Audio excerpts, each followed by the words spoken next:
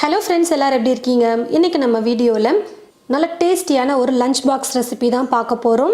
எப்போது ஒரே மாதிரி லஞ்சுக்கு நம்ம கிட்ஸுக்காக இருக்கட்டும், இல்லை ஆஃபீஸ் போகிறவங்களுக்காக இருக்கட்டும், ஒரே மாதிரி லஞ்ச் ரெசிபி நம்ம செஞ்சு கொடுக்கும்போது சாப்பிட்ற அவங்களுக்கும் ரொம்பவே போர் அடிக்கும், செய்கிற நமக்கும் ஒரே ரெசிபி தான் செய்கிறோமே அப்படின்னு சொல்லிட்டு போர் அடிக்கும். அதனால கொஞ்சம் வித்தியாசமாக இன்றைக்கி நம்ம லஞ்சுக்கு ஒரு சூப்பரான ரைஸ் ரெசிபி பண்ண போகிறோம். வாங்க லஞ்சுக்கு நல்ல டேஸ்டியான ஒரு ரைஸ் ரெசிபி எப்படி செய்கிறதுன்னு பார்க்கலாம். நல்லா ஒரு கைப்பிடிக்கும் அதிகமாகவே நான் கொத்தமல்லி எடுத்து தண்ணியில் நல்லா அலசி எடுத்து வச்சுருக்கேன்.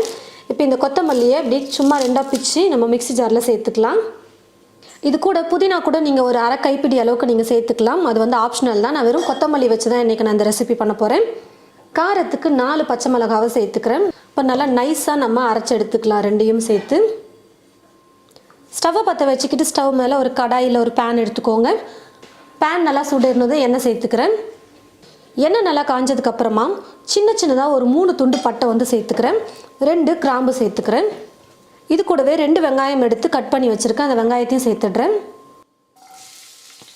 கூட கொஞ்சம் கருவேப்பிலை சேர்த்துக்கிறேன். இது ஆப்ஷனல் தான். கருவேப்பிலை வேணான்னா நீங்கள் ஸ்கிப் பண்ணிக்கலாம். ஏன்னா நம்ம பட்டை கிராம்பு சேர்த்துருக்கிறதுனால.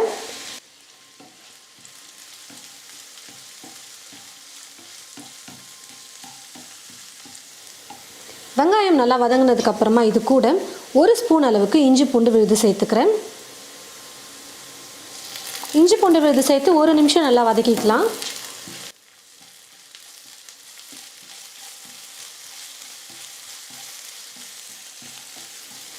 இப்போ இது கூட நான் அரைச்சி எடுத்து வச்சுருக்கிற அந்த பச்சை மிளகா கொத்தமல்லி விழுது இருக்குது பாருங்கள், அதை சேர்த்துடுறேன்.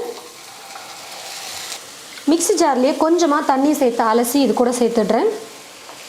கொத்தமல்லியோடைய பச்சை மணம் போகிற வரைக்கும் நல்லா நம்ம வதக்கிக்கலாம்.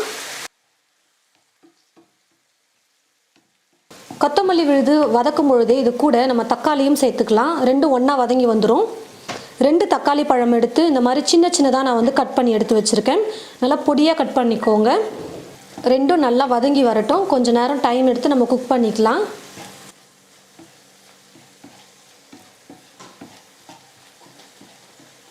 பாருங்கள் ஃப்ரெண்ட்ஸ், நம்ம சேர்த்துருந்த விழுது அதுக்கப்புறம் தக்காளி எல்லாமே நல்லா வெந்து வந்துருச்சு. நம்ம சேர்த்துருந்த பேஸ்டோடைய பச்சை மணமும் நல்லா போயிடுச்சு. இப்போ இது கூட தேவையான அளவு உப்பு சேர்த்துக்கிறேன். சாதமும் நம்ம சேர்க்க போகிறோம், அதனால் இப்போவே தேவையான அளவுக்கு உப்பு சேர்த்துக்கிறேன். மஞ்சள் தூள் 1/4 ஸ்பூன் சேர்த்துக்கிறேன். கொஞ்சமாக டேஸ்ட்டுக்காக கரம் மசாலா சேர்த்துக்கிறேன். இது ஆப்ஷனல் தான். ஒரு 1/4 ஸ்பூன் அளவுக்கு கரம் மசாலா சேர்த்துக்கோங்க, போதும்.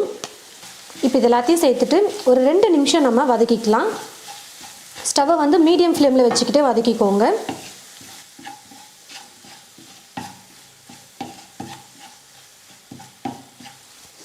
மசாலாலாம் சேர்த்து நல்லா 2 நிமிஷம் வதக்குனதுக்கப்புறமா இது கூட சாதம் சேர்த்துக்கலாம். நான் சாதத்தை வடித்து நல்லா உதிரியாக எடுத்து வச்சுருக்கேன் பாருங்கள். சூடாக வடித்ததுமே ஒரு பாத்திரத்தில் இல்லை ஒரு பிளேட்டில் போட்டு வச்சிட்டிங்கன்னா நல்லா இந்த மாதிரி உதிரியாக நமக்கு கிடச்சிரும். இப்போ வடித்த சாதத்தை நான் இது கூட சேர்த்துக்கிறேன். ஸ்டவ்வை லோ ஃப்ளேம் அப்படி இல்லைன்னா மீடியம் ஃப்ளேமில் வச்சுக்கோங்க. கொஞ்சம் கொஞ்சமாக சாதம் சேர்த்து மிக்ஸ் பண்ணிக்கலாம்.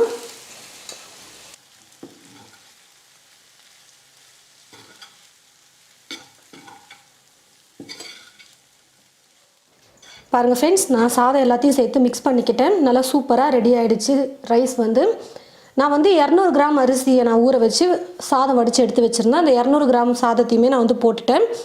அதுக்கான அளவு தான் நான் எல்லாமே எடுத்த மசால். காரம் மட்டும் நீங்கள் பார்த்து சேர்த்துக்கோங்க. நான் 4 பச்சை மிளகாய் சேர்த்துருக்கேன். நீங்கள் ஒருவேளை காரம் கம்மியாக சாப்பிட்ற மாதிரி இருந்தால் 3 சேர்த்துக்கோங்க.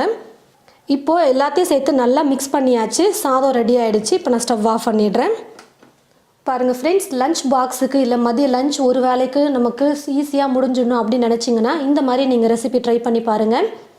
சாதம் வடித்து எடுத்துக்கிட்டோம்னா போதும், ஒரு 15 நிமிஷத்தில் நம்ம இந்த ரெசிபியை செஞ்சிடலாம். மொத்தமாகவே நான் சொல்கிறேன், டேஸ்ட் சூப்பராக இருக்கும். முக்கியமாக நம்ம இந்த தக்காளி பொடியாக கட் பண்ணி போட்டிருக்கோம் பாருங்கள், அதுதான் ரொம்ப டேஸ்ட் சூப்பராக இருக்கும். தக்காளியோடு சாப்பிடும் பொழுது நல்லா சூப்பராக லஞ்ச் பாக்ஸுக்கு கிட்ஸுக்காக இருக்கட்டும் இல்லை ஆஃபீஸ் போகிறவங்களுக்காக இருக்கட்டும், இந்த மாதிரி நீங்கள் சிம்பிளாக ஒரு ரைஸ் ரெசிபி செஞ்சுட்டு கூட நீங்கள் ஒரு வத்தல் அப்படி இல்லைனா உருளைக்கிழங்கு பொரியல் அந்த மாதிரி ஏதாவது செஞ்சு கொடுக்கலாம். இல்லை வெறுமனே நீங்கள் இந்த ரைஸை மட்டும் நீங்கள் செஞ்சு கொடுத்தீங்கனாலே போதும், கொஞ்சம் கூட மிச்சம் வைக்காமல் சாப்பிட்ருவாங்க. ட்ரை பண்ணி பார்த்துட்டு எப்படி இருக்குன்னு மறக்காமல் கமெண்ட் பாக்ஸில் கமெண்ட் பண்ணுங்கள். தேங்க்யூ.